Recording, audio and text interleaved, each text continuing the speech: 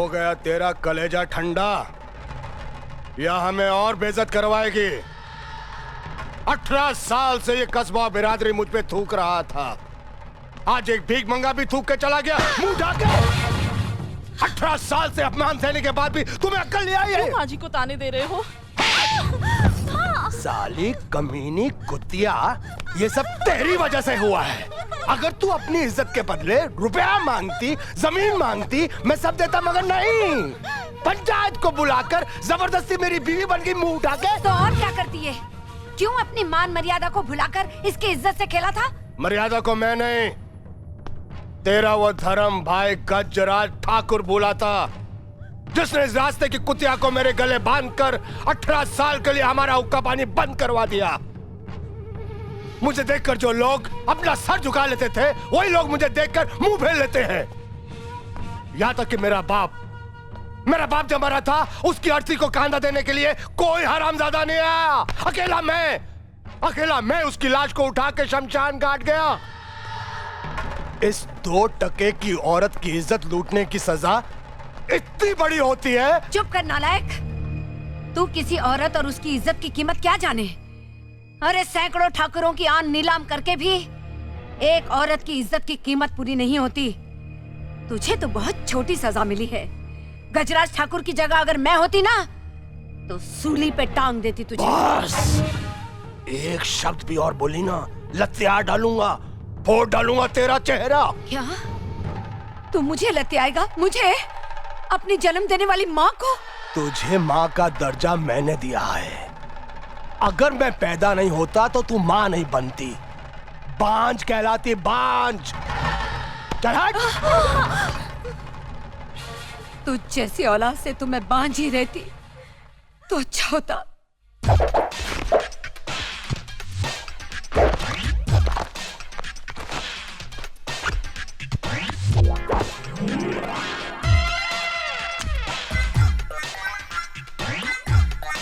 मेरे बाप, तू जहां भी है मैं तुझे ढूंढ निकालूंगा।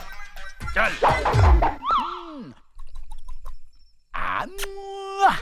आ और माँ, आ और जा, घर में आके ना अपन ना आ और गा, एक अरे आप क्या सब हो लोग- गया? करते ना काला ठाकुर, अरे चुप। कृपया आप यहाँ मर्दों में आ जाइए, यह औरतों की जगह है। अरे ये तुम्हारा मतलब मैं ये जो सुंदरी के साथ कर रहा हूँ वो मर्दों के साथ करूँ? माफ करना मास्टर, मुझे नवाबी शौक बिल्कुल नहीं है। खामोश, मैं जो कहता हूँ वो करो। देखो, मैं तुम्हारा हुक्म मानने वाला नहीं हूँ। मैं ठाकुर खानदान से हूँ, मैं वही करूंगा जो मुझे अच्छा दिखेगा। अरे कौन है? चुप, बाप के दिने ये सरस्वती के मंदिर में बैठकर रति की पूजा करना, ये तुझे शोभा देता है? अरे क्या कर रहा है? अरे हाथ निकाल वरना काट डालूंगा तुझे मैं। हाथ निकाल। अरे मार रहा है, ये मुझे मार रहा है, इधर ये माँ के पुत मुझे मार रहा है। ए गोरा ठाकुर, बाप पे इस तरह हाथ नहीं उठाते।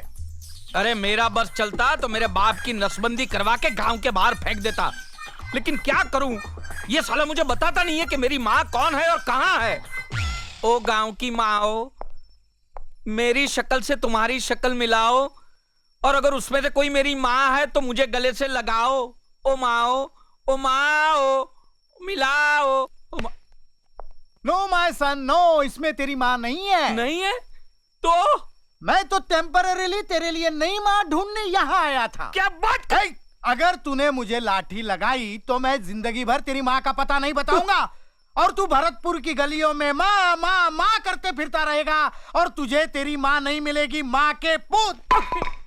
हाँ, बार बार यही बात करके मेरे जज्बातों के साथ खेलता रहता है और मेरा गुस्सा हमेशा ठंडा हो जाता है।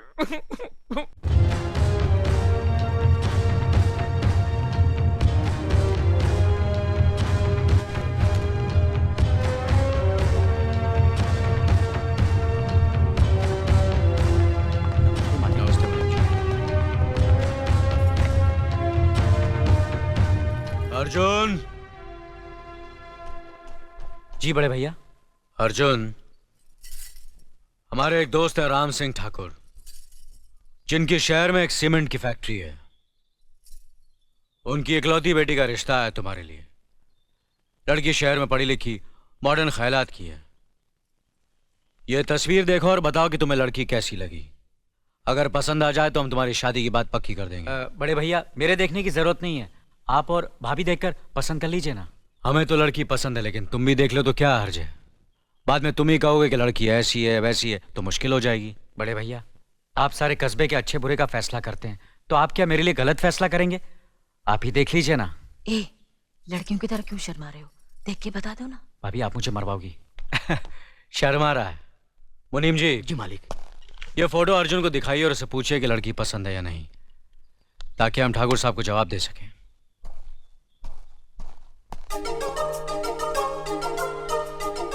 भैया पहले मैं देखूं। भाभी नहीं, भाभी छोड़ो ना भैया।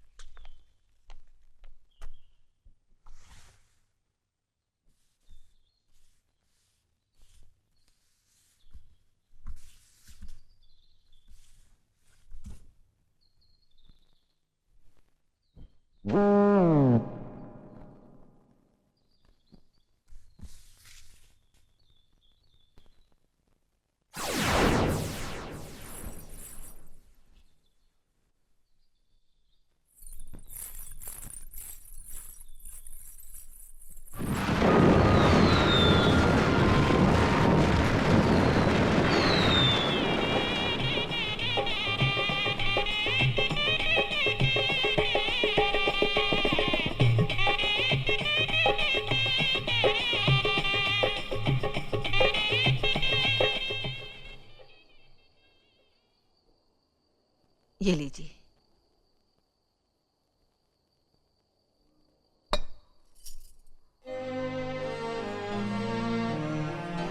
लक्ष्मी, मैं कितना खुश नसीब हूं कि मुझे तुम जैसी पत्नी मिली। हर औरत की तमन्ना होती है कि वो मां बने, उसकी अपनी औलाद हो,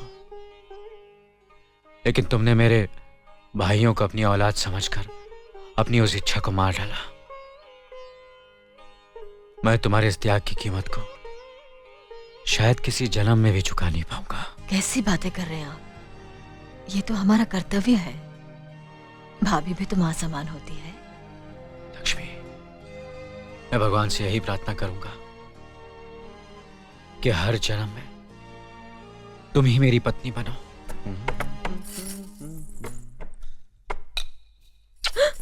क्या हुआ? अरे रे रे, क्या कर रहे हो? क्या कर रहे हो? अरे पागल हो गए हो क्या? कोई देख लेगा, बैठो ना।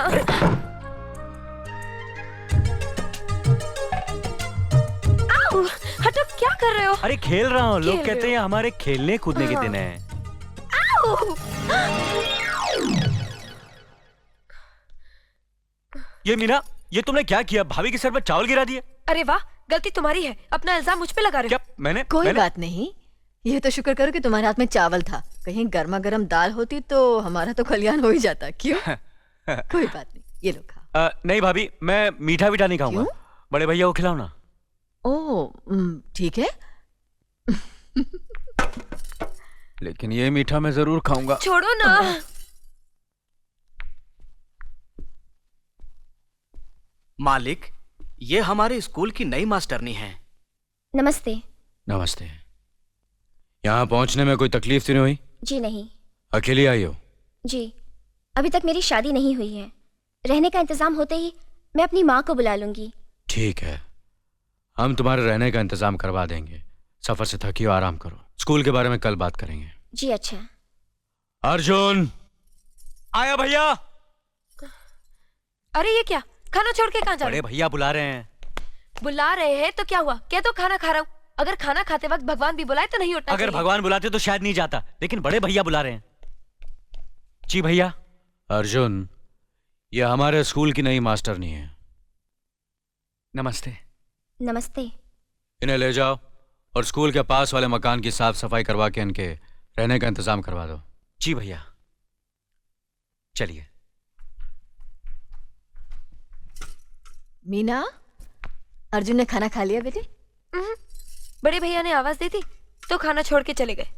तो फिर तुमने कैसे खाना शुरू कर दिया? मुझे भूख लगी थी इसलिए मैंने खाना शुरू कर दिया। पति के खाए बगैर? तो क्या हुआ? क्या ये जरूरी है कि पति के खाने के बाद ही पत्नी को खाना चाहिए?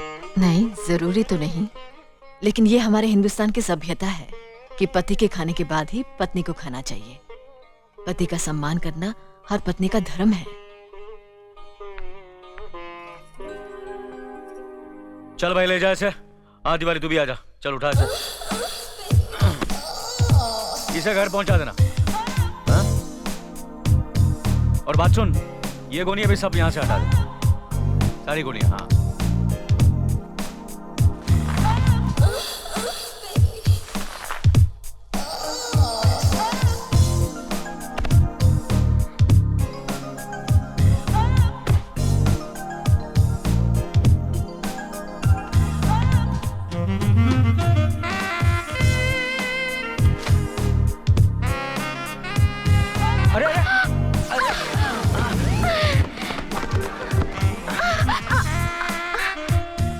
माफ कीजिए, मैंने आपको देखा नहीं। कोई बात नहीं, मैं तो आपकी मदद करने के लिए आई हूँ। देखिए काम औरतों का नहीं मर्दों का है। आप जरा दूर रहिए वरना आपको लग जाएगा।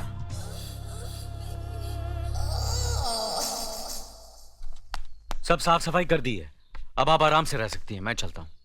सुनिए, आपका बहुत बहुत शुक्रिया।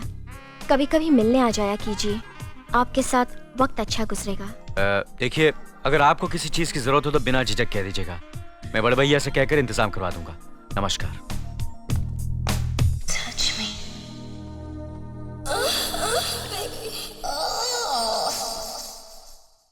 बाप के दिन है।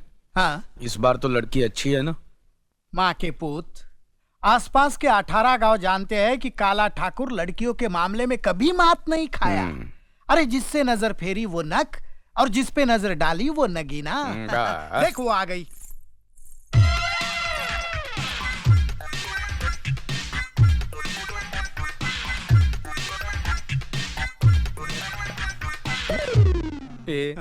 इस पे नजर मत डाल, ये मुझे पसंद है। इसको तो छोड़ दे, मेरे लिए बाप के दिन है।